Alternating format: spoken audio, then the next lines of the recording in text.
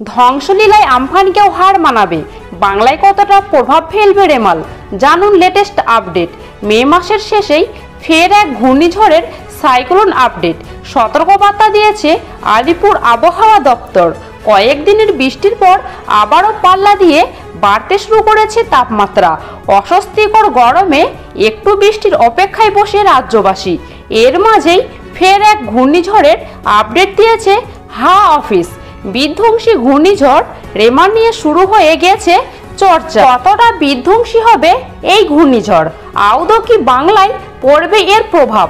এবার হাওয়া অফিসের তরফে জানানো হলো, রেমাল নিয়ে অযথা চিন্তা করার কোনো কারণ নেই। বৃহস্পতিবার একটি সাংবাদিক বৈঠক করা হয়েছিল। সেই বৈঠক আলিপুর আবহাওয়া দপ্তরের আঞ্চলিক অধিকর্তা সোমনাথ দত্ত জানান, বৃহস্পতিবার পর্যন্ত কোনো নিম্নচাপও তৈরি হয়নি। হাওয়া অফিস সূত্রে খবর, 23শে মে দক্ষিণ পূর্ব বঙ্গোপসাগর এবং আন্দামান সাগর সংলগ্ন অঞ্চলে একটি নিম্নচাপ তৈরি হতে পারে।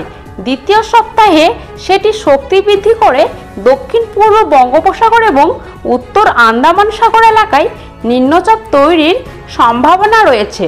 দ্বিতীয় সপ্তাহের শেষের দিকে অর্থাৎ 24 থেকে 30শে মে এর মধ্যে তা শক্তি বৃদ্ধি করে উত্তর এবং উত্তর পূর্ব দিকে অগ্রসর হতে পারে। সাইক্লোন তৈরি হবে কিনা তা এখনো স্পষ্ট করে বলা সম্ভব নয়। আর তাই যদি সাইক্লোন তৈরিও হয়, তবে তা কোথায় আর কত গতিবেগে আছড়ে পড়বে সেটা এখনো বলা সম্ভব নয়। এর আগে শোনা গিয়েছিল আইলা আমফানের চেয়েও বেশি শক্তিশালী হতে পারে এই ঘূর্ণিঝড়, অর্থাৎ আরও বেশ ধ্বংসলীলা চালানোর সম্ভাবনা থেকে যাচ্ছে। হাওয়া অফিসের খবর, আগামী 20 মে থেকে এই ঝড়ের গতিপথ ক্রমশ স্পষ্ট হতে শুরু করবে। ঠিক কোন জায়গায় কত গতিবেগে আঘাত হানবে এই ঘূর্ণিঝড় তাও জানা যাবে। তবে আবহাওয়া দপ্তরের তরফে স্পষ্ট জানানো হয়েছে, এখনও এই ঘূর্ণিঝড় নিয়ে অযথা আতঙ্কের কোনো প্রয়োজন নেই। তবে হাওয়া অফিসের তরফে জানানো হয়েছে, এবছর সময়ের আগেই প্রবেশ করেছে বর্ষা। 19শে মে রবিবার আন্দামান নিকোবর দ্বীপপুঞ্জে নির্ধারিত সময়ের আগেই বর্ষা প্রবেশ করবে বলে অনুমান হাওয়া অফিসের।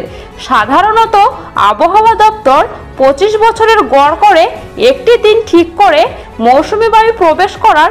এই হিসেব মতো আন্দামানের নিকোবরে মৌসুমি বায়ু প্রবেশের দিন নির্ধারিত হয়েছে 22শে মে।